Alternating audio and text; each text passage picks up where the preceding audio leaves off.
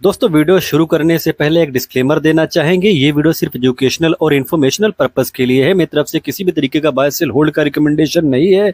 आप इन्वेस्टमेंट से रिलेटेड कोई भी डिसीजन लेते हो तो खुद से रिसर्च जरूर कीजिए। तो दोस्तों आज की वीडियो में हम 10 ऐसी कंपनियों को देखेंगे जो मोमेंटम में नजर आ रही है, और ये कंपनियां दोस्तों स्मॉल कैप कंपनियां हैं और ये कंपनियां पिछले 6 महीने से हायर हाई मारती हुई ऊपर गई है। लेकिन दोस्तों ध्यान दीजिए, जो कंपनियां लगातार ऊपर गई होती हैं तो वहां पर रिस्क भी काफी बढ़ जाता है। तो ऐसे में दोस्तों आज 10 कंपनी को हम देखेंगे।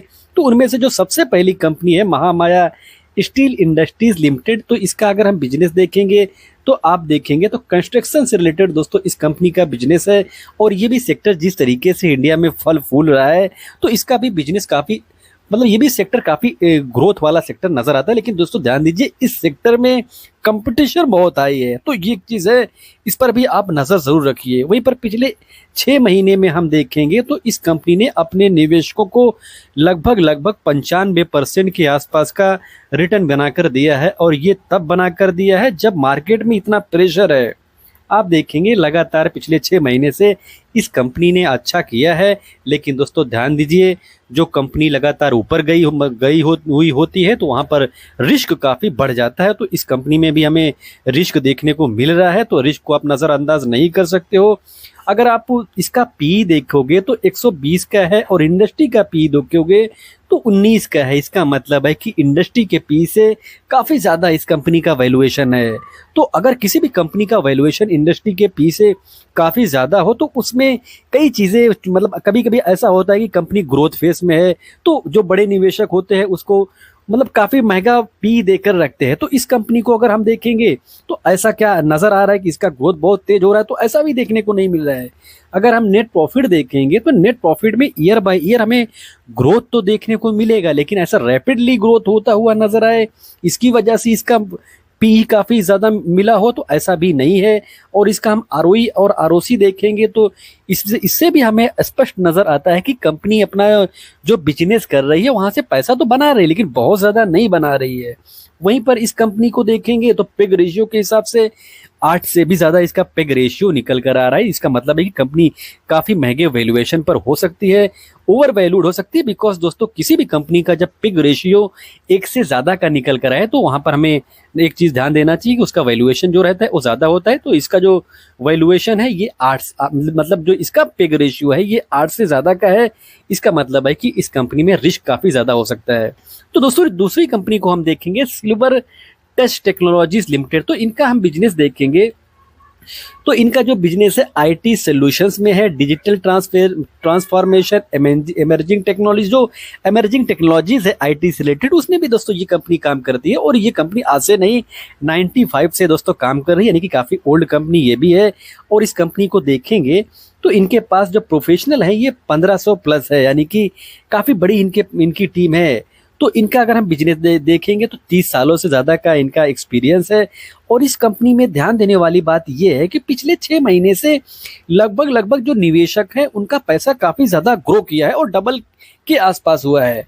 तो दोस्तों ऐसी कंपनी में जिसका ग्रोथ जो कंपनी 6 महीने में डबल कर जाए तो वहां पर रिस्क काफी ज्यादा होता है। तो आपको इस कंपनी पर रिसर्च तो करना चाहिए, लेकिन दोस्तों ध्यान देना चाहिए कि जब कंपनी बहुत तेज भागी है तो ये जिस तरीके से भागी है उसी तरीके से करेक्ट भी हो सकती है। तो हम इस कंपनी का चार्ट को देखकर डिसीजन नहीं ले सकते। हम इस कंपनी पर ये सोच सकते हैं कि कंपनी क्यों भागी है, क्यों लगातार ये कंपनी ऊपर गई है, क्या कोई ऐसा रीजन है जो ये कंपनी ऊपर जा रही है, क्या फ्यूचर में ये जो कंपनी है लगातार कंसिस्टेंसी बना सकती है, या इसका बिजनेस इतना स्ट्रांग है कि फ्यूचर में ये काफी ज्यादा ग्रो कर सकता है। तो आपको उस पर रिसर्च करना चाहिए। और दोस्तों कंपनी का मार्केट कैप 1734 करोड़ का है, यानी इसका मतलब है कि कंपनी एक स्मॉल कैप टाइप की कंपनी है, छोटी कंपनी है। जो छोटी कंपनियां होती हैं तो वहां पर रिस्क काफी ज्यादा होता है। वहीं पर कंपनी का पी देखेंगे तो लगभग 55 का हमें देखने को मिलता है। वहीं पर इंडस्ट्री का पी हम देखेंगे तो 22 का है। इसका मतलब है कि कंपनी का जो पी है इंडस्ट्री के पी से काफी ज्यादा का पी इस कंपनी का आज के दौर में है। तो एक चीज जानिए कि ऐसी कंपनियों में जो छोटी होती है, अगर फ्यूचर में इनका ग्रोथ कंसिस्टेंट रहे, फ्यूचर में इनका नेट प्रॉफिट बढ़े, इनका रेवेन्यू ज्यादा आए, तो जो ये पी है ये करेक्ट हो सकता है। लेकिन अगर फ्यूचर में ऐसा नहीं हुआ तो जो ये पी आज के दौर में आप 54 का देख रहे हो, वो कल के दिन ये 20 से भी नीचे आ सकता है, 10 से भी नीचे आ सकता है। तो एक चीज जानिए कि ग्रोथ के हिसाब से इस कंपनी पर आपको स्टडी करनी चाहिए। वहीं पर पिग रेशियो के हिसाब से देखेंगे तो कंपनी लगभग लगभग एक ठीक ठाक वैल्यूएशन पर हो सकती है। वहीं पर हम आरओसी और आरओई देखेंगे तो ठीक ठाक नजर आ रहा है। इसका मतलब है कि कंपनी जो अपने बिजनेस में पैसा लगा रही है वहां से अच्छा इनकम जनरेट कर रही है, और इसका मतलब है कि ठीक ढंग से अपने पैसे का ये कंपनी यूज कर रही है। प्लेज देखेंगे तो 4% का शेयर प्लेज है। अगर कोई आईटी सेक्टर में काम करे, अगर उसका कुछ शेयर प्लेज हो तो हमें उस पर ध्यान देना चाहिए कि क्या रीजन हो सकता है कि लाइट एसेट बिजनेस इन कंपनियों को होता है, उसके बावजूद 4% का प्लेज ये कंपनी क्यों रखी है। तो ये एक रिसर्च करने वाली बात है, इस पर आपको इसका जवाब खुद से ढूंढना चाहिए। वहीं पर नेट प्रॉफिट हम देखेंगे तो एक चीज तो है, कंपनी का जो ग्रोथ है, ग्रोथ में हमें कंसिस्टेंसी देखने को मिलती है। इसका मतलब है कि कंपनी लगातार ग्रो कर रही है। ये छोटी कंपनी के लिए अच्छी बात बन जाती है, खास करके आईटी सेक्टर में कोई अगर कंपनी काम करे, अगर वो छोटी कंपनी हो, अगर हम उसको सही जगह पर सही टाइम पर हम उस कंपनी को रिसर्च कर ले तो वो लॉन्ग टर्म में अगर बड़ी बन जाए तो वहां पर कोई भी निवेशक होता है उसको काफी बड़ा फायदा मिलता है। तो आपको इस कंपनी पर भी रिसर्च करना चाहिए, स्टडी करना चाहिए, लेकिन दोस्तों आंख बंद करके डिसीजन लेने की जरूरत नहीं है। और दोस्तों अगली कंपनी को देखेंगे, मॉडर्न इंसुलेटर्स लिमिटेड। तो ये कंपनी काम क्या करती है? तो ये कंपनी इंडिया की एक लार्जेस्ट मैन्युफैक्चरर है। क्या जो आप देखेंगे जो इंसुलेटर्स होते हैं, तो जो ये इंसुलेटर्स होता है दोस्तों, इसका जो डिमांड है ये फ्यूचर में बना रह सकता है, बिकॉज इंडियन रेलवे में ये यूज हो रहा है। और इनका जो मुख्य यूज होता है, अगर आपने ध्यान दिया होगा, जो बिजली के खंभे होते हैं उसमें एक कांच के जैसा प्रोडक्ट ऊपर लगा रहता है, जो एक मिट्टी से ऐसा कांच के जैसा एक प्रोडक्ट होता है ना, वो सर्कल जैसा रहता है। तो वही दोस्तों ये कंपनी बनाती है, और ये भी बिजनेस फ्यूचर में ग्रो कर सकता है, बिकॉज जैसे जैसे ये इलेक्ट्रिक वाली इंडस्ट्री फ्यूचर में बढ़ेगी तो उसका डिमांड बढ़ सकता है। और ये कंपनी इंडिया की लीडर है इस सेक्टर में। तो आप इस कंपनी को देखेंगे, पिछले 6 महीने में 89% का रिटर्न अपने निवेशकों को बनाकर दिया है। और इस कंपनी को अगर हम देखेंगे तो कंपनी का मार्केट कैप काफी छोटा है। तो कंपनी का मार्केट कैप छोटा है, उसके बावजूद इस कंपनी ने काफी पिछले 6 महीने से काफी रिटर्न अपने निवेशकों को बनाकर दिया है। लेकिन दोस्तों छोटी कंपनियों को भगाया भी जा सकता है, छोटी कंपनियों को गिराया भी जा सकता है। एक चीज पर आप नजर रखिए, पी देखेंगे तो 16 का है, इंडस्ट्री का पी देखेंगे तो 24 का है। इसका मतलब है कंपनी का जो वैल्यूएशन है ये इंडस्ट्री के पी से अभी भी कम है, जबकि ये कंपनी एक लीडर कंपनी है, उसके बावजूद जो इसका पी है ये कम है। तो हमें इस कंपनी पर भी रिसर्च करना चाहिए। अगर हम आरओसी आरओई देखेंगे तो ये बहुत ज्यादा नहीं है। इसका मतलब है कंपनी जो अपना बिजनेस में पैसा लगा रही है वहां से प्रॉफिट तो बना रही है, लेकिन बहुत अच्छे से अपने पैसे का यूज नहीं कर पा रही है। वहीं पर प्लेज देखेंगे तो कोई शेयर प्लेज नहीं है, ये अच्छी बात है। आप पिग रेशियो के हिसाब से देखेंगे तो ये कंपनी अंडर वैल्यूड हो सकती है। अगर हम इसका नेट प्रॉफिट देखेंगे तो नेट प्रॉफिट में हमें ईयर बाय ईयर ग्रोथ देखने को मिल रहा है, ये एक अच्छी बात है। और अगर हम इस कंपनी को अगर और भी देखने जाएंगे तो इस कंपनी का जो अदर बिजनेस है यहाँ से भी इस कंपनी ने काफ़ी ज़्यादा पैसा बनाया है। तो दोस्तों ध्यान देने वाली बात ये होती है, कंपनी कोई भी कंपनी होती है अगर वो अदर बिजनेस से पैसा निकालती है, अदर बिजनेस से अगर उसका रेवेन्यू बढ़े, उसका नेट प्रॉफिट बढ़ता हुआ हमें नजर आए तो उस पर हमें थोड़ा ध्यान देना चाहिए। बिकॉज कोई भी कंपनी हो उसका अदर बिजनेस से नहीं, उसका जो रेवेन्यू आए वो रेवेन्यू में ग्रोथ हमें देखने को मिले, हमें नेट प्रॉफिट में ग्रोथ देखने को मिले, अदर बिजनेस से कम रेवेन्यू आए तो ये एक अच्छी बात मानी जाती है। तो ये भी चीज़ आप ध्यान दीजिए। वहीं पर अगली कंपनी को देखेंगे, प्रेसिजन वायर्स इंडिया लिमिटेड। तो दोस्तों ये भी एक वायर एंड केबल सेक्टर में काम करती है। जो कॉपर वेंडिंग्स वायर होते हैं, जो अलग अलग तरीके से वायर्स होते हैं आप देखेंगे तो उसमें ये कंपनी काम करती है। इनका अगर हम देखेंगे पावर ऑटो इंडस्ट्रीज का जो कंज्यूमर्स ड्यूरेबल ट्रांसफर्स होते हैं, ट्रांसफार्मर्स होते हैं, वहाँ पर इनका वायर यूज़ होता है। और ये भी इंडस्ट्री जिस तरीके से ग्रो कर रही है उस पर भी हम उसको भी हम एक पॉजिटिव थिंग्स मान सकते हो, पॉजिटिव चीज़ मान सकते हैं कि वायर एंड केबल का जिस तरीके का डिमांड है, जिस तरीके से इस सेक्टर में ग्रोथ है, तो हम इस कंपनी पर रिसर्च कर सकते हैं। और इनका मोस्टली बिजनेस क्या होता है, जो कॉपर्स वेंडिंग्स वायर होते हैं उसमें इनका बिजनेस है। यानी कि वायर में तो इनका बिजनेस है, लेकिन जो कॉपर वेंडिंग वायर्स होते हैं, जो बड़े बड़े मशीनों में लगते हैं, जो फैन में लगते हैं, जो इलेक्ट्रिक से रिलेटेड जो भी इंस्ट्रूमेंट होते हैं उसमें ये वायर यूज होता है। तो आप इस कंपनी पर भी रिसर्च कर सकते हो। ट्रांसफार्मर, जिस तरीके से ट्रांसफार्मर्स का फ्यूचर में डिमांड बढ़ सकता है, जिस तरीके से फ्यूचर में ऑटो सेक्टर का डिमांड बढ़ सकता है, तो हम इस कंपनी पर रिसर्च कर सकते हैं। और पिछले 6 महीने से हम देखेंगे तो इस कंपनी ने, जो ये कंपनी है, अपने निवेशकों को 82% का रिटर्न बनाकर दी है और काफ़ी अच्छे खासे ढंग से दोस्तों ये कंपनी ऊपर गई है। लेकिन फिर से दोस्तों मैं वही कहना चाहूँगा और मैं बार बार वही चीज़ कहना चाहूँगा, अगर मैं चार्ट दिखाता हूँ तो चार्ट पर आप भरोसा मत कीजिए, आप उस कंपनी पर रिसर्च कीजिए। और इसका मार्केट कैप दोस्तों काफ़ी छोटा है। टॉप से देखेंगे करेक्शन तो कोई करेक्शन हमें देखने को नहीं मिल रहा है। 45 का कंपनी का पी है, इंडस्ट्री का पी 17 का है। इसका मतलब है कंपनी का जो पी है ये काफ़ी ज़्यादा हो सकता है। लेकिन कंपनी का अगर हम पिग रेशियो देखेंगे तो क्या यहाँ से ये कंपनी सस्ती लग रही है? तो नहीं दोस्तों, पिग रेशियो के हिसाब से भी कंपनी काफ़ी महंगे वैल्यूएशन पर हो सकती है। आरओसी आरओई देखेंगे तो ठीक ठाक हम बोल सकते हैं, तो कोई शेयर प्लेज नहीं है, ये एक अच्छी बात है। और कंपनी का हम रेवेन्यू देखते हैं तो कंपनी का जो रेवेन्यू है इसमें हमें अच्छा खासा ग्रोथ देखने को मिल रहा है।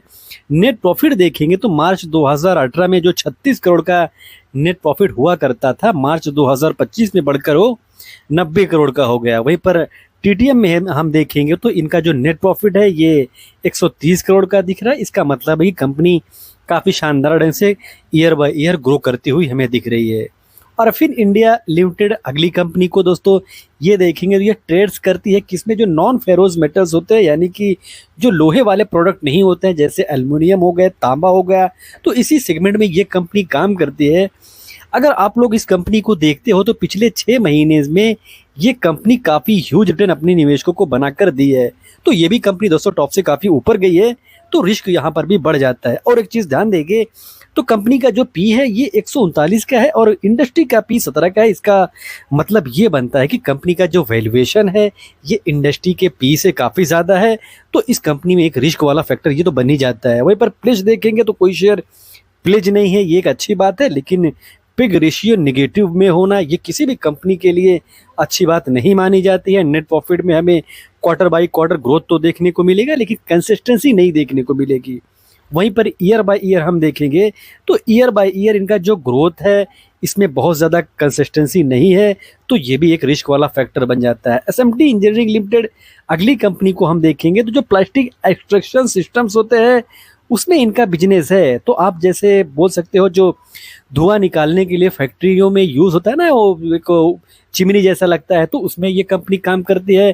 जो मतलब अलग अलग तरीके के जो ये एक्सट्रैक्शन सिस्टम्स होते हैं, अलग अलग इंडस्ट्री में ये यूज़ होते हैं, उसी में ये कंपनी काम करती है।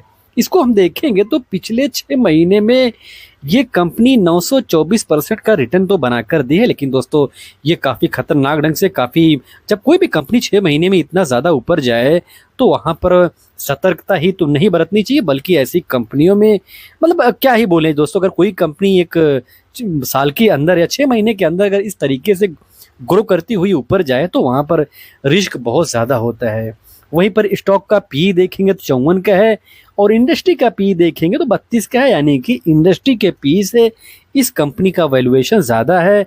वहीं पर पिग रेशियो के हिसाब से देखेंगे, यानी कि ग्रोथ के हिसाब से ये कंपनी अंडर वैल्यूड हो सकती है। आरओसी आरओई देखेंगे तो बहुत ज़्यादा नहीं है। इसका मतलब ये बनता है कि कंपनी जो अपना बिजनेस कर रही है इस यहाँ से पैसा तो बना रही है, नेट प्रॉफिट तो मतलब प्रॉफिट तो निकाल रही है, लेकिन बहुत अच्छा पैसे का यूज़ कर पा रही है, तो ये भी नहीं है। कंपनी का हम नेट प्रॉफिट देखेंगे तो कंपनी का जो नेट प्रॉफिट पहले 0 करोड़ का हुआ करता था, अभी टीटीएम में देखेंगे तो ये 13 करोड़ के आसपास हमें दिख रहा है। और दोस्तों इतनी छोटी कंपनी है, इतने महंगे वैल्यूएशन पर दिख रही है, और जिस तरीके से इस कंपनी का ग्रोथ रहा है उसको देखकर और जिस तरीके का इसका हिस्ट्री भी रहा है उसको देखकर हमें दोस्तों इस कंपनी पर सतर्क रहना चाहिए। एमटार टेक्नोलॉजीज एक ऐसी कंपनी जो दोस्तों आप देखेंगे एरोस्पेस में काम करती है, न्यूक्लियर इंडस्ट्री में काम करती है, क्लीन एनर्जी सेक्टर में काम करती है और डिफेंस सेक्टर में तो ये कंपनी काम करती ही है। अगर आपको भरोसा है डिफेंस सेक्टर पर, अगर आपको भरोसा है एरोस्पेस सेक्टर पर, अगर आपको न्यूक्लियर सेक्टर पर विश्वास है, क्लीन एनर्जी सेक्टर पर विश्वास है, तो आपको दोस्तों इस कंपनी पर रिसर्च करना चाहिए। बिकॉज जो ये सेगमेंट है ये फ्यूचरिस्टिक सेगमेंट है, और ऐसे फ्यूचरिस्टिक सेगमेंट में कोई कंपनी काम करे तो उस पर हमें ज़रूर रिसर्च करना चाहिए। तो हम इस कंपनी पर रिसर्च कर सकते हैं। पिछले 6 महीने में ये कंपनी काफ़ी तेज़ी से ऊपर गई है, तो इसका भी वैल्यूएशन काफ़ी महंगा हो सकता है। और 170 का जब किसी भी कंपनी का पी हो तो उसका जो वैल्यूएशन रहेगा वो महंगा ही माना जा सकता है। वहीं पर पिग रेशियो के हिसाब से देखेंगे तो इसका भी माइनस में पिग रेशियो दिख रहा है। इसका मतलब है कि इसका भी पिग रेशियो ठीक, मतलब पिग रेशियो माइनस में है तो बहुत अच्छा तो इस कंपनी के लिए नहीं माना जाता है।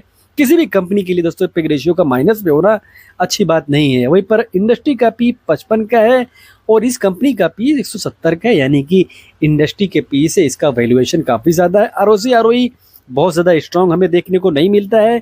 नेट प्रॉफिट में देखेंगे तो नेट प्रॉफिट इनका ग्रो कर रहा है, बहुत ज़्यादा ग्रो कर रहा है, रैपिडली ग्रो कर रहा है, तो ऐसा भी नहीं है।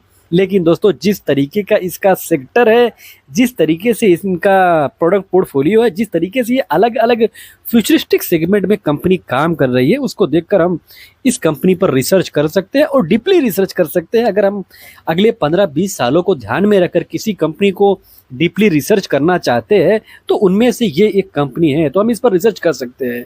ओनिक्स सोलर एनर्जी लिमिटेड दोस्तों, ये कंपनी काम क्या करती है तो रिन्यूएबल एनर्जी सेक्टर में ये कंपनी काम करती है, तो हम इस कंपनी पर भी रिसर्च कर सकते हैं।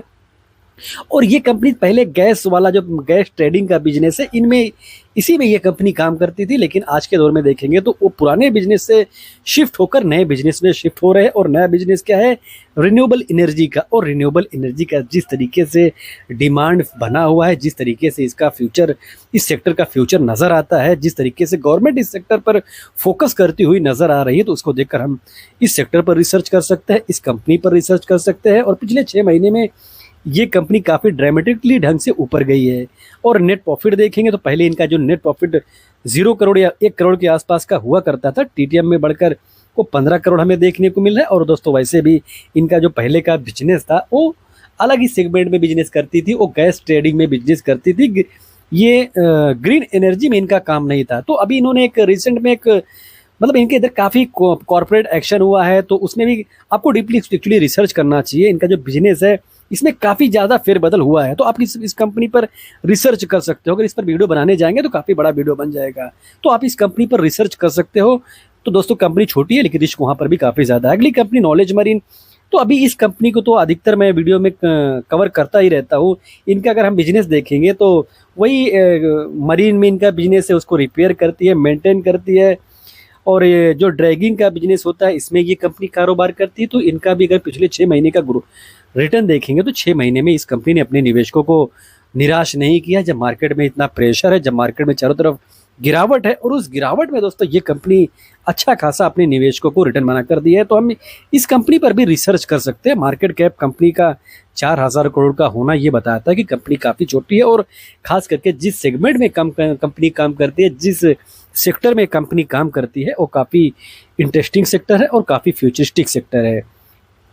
और कंपनी का पी 63 का है, और इंडस्ट्री का पी हम देखेंगे तो 63 का, यानी कि कंपनी का जो इंडस्ट्री का पी है उसके आसपास ही, उसी पर ये कंपनी ट्रेड कर रही है। और अच्छी बात ये है कि कंपनी का जो आरओसी और आरओई है ये काफ़ी स्ट्रॉन्ग हमें देखने को मिल रहा है। पिग रेशियो के हिसाब से, यानी कि ग्रोथ के हिसाब से कंपनी हमें सस्ती नहीं दिख रही है, तो कंपनी ग्रोथ के हिसाब से महंगी हो सकती है। ये चीज़ आप नोट करके रख लीजिए। वहीं पर नेट प्रॉफिट देखेंगे तो मार्च 2018 में इनका नेट प्रॉफिट 1 करोड़ का था। वहीं पर अगर हम देखेंगे मार्च 2025 में तो इनका नेट प्रॉफिट बढ़कर 50 करोड़ का हो गया, यानी कि कुछ सालों में ही ये कई गुना नेट प्रॉफिट को अपना इस कंपनी ने बढ़ाया है। वहीं पर ट्रेवलिंग 12 मंथ में देखेंगे, यानी कि टीटीएम में देखेंगे तो 66 करोड़ का इनका नेट प्रॉफिट निकल कर आ रहा है। तो हम इस कंपनी पर भी रिसर्च कर सकते हैं। क्यूपिड लिमिटेड, इस कंपनी को देखेंगे तो इनका बिजनेस क्या होता है, जो मेल्स होते हैं, जो फीमेल्स कॉन्डोम्स होते हैं, इसमें इनका बिजनेस है। और ये कंपनी लुब्रिकेंट में काम करती है। जो आईवीडी किट्स होते हैं इसमें भी ये इनका बिजनेस है। और जिस तरीके से दोस्तों ये इंडस्ट्री, अगर आप बोलोगे कोई बहुत ज़्यादा फैशनेबल इंडस्ट्री नहीं है, लेकिन दोस्तों मार्केट में कुछ कंपनियां ऐसी होती हैं जो काफ़ी रूटेड होती है।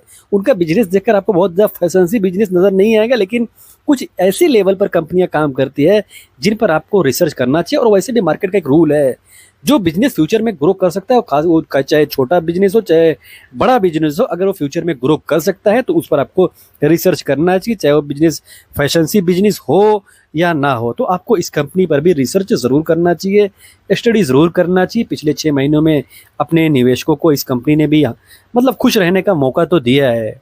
मार्केट कैप देखेंगे 10,000 करोड़ के आसपास का मार्केट कैप है, और इंडस्ट्री का पी हम देखेंगे तो 46 का है, और इस कंपनी का वैल्यूएशन पी देखेंगे तो 124 का, यानी कि यहाँ पर भी इंडस्ट्री के पी के मुकाबले में वैल्यूएशन काफ़ी ज़्यादा हो सकता है।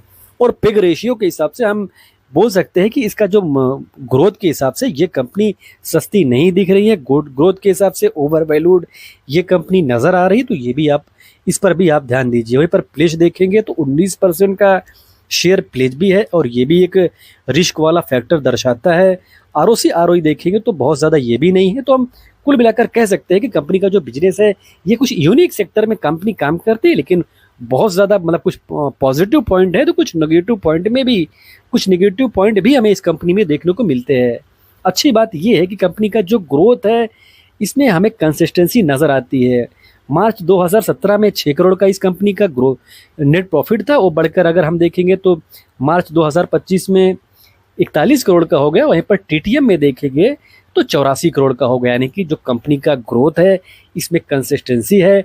और मार्च 2025 पे देखेंगे तो 41 करोड़ का नेट प्रॉफिट निकलने के पीछे रीज़न था 19 करोड़ का अदर इनकम। जब कोई भी कंपनी अदर इनकम से पैसा निकालती है, रेवेन्यू निकालती है, तो अच्छा नहीं माना जाता, बिकॉज दोस्तों ये वन टाइम होता है।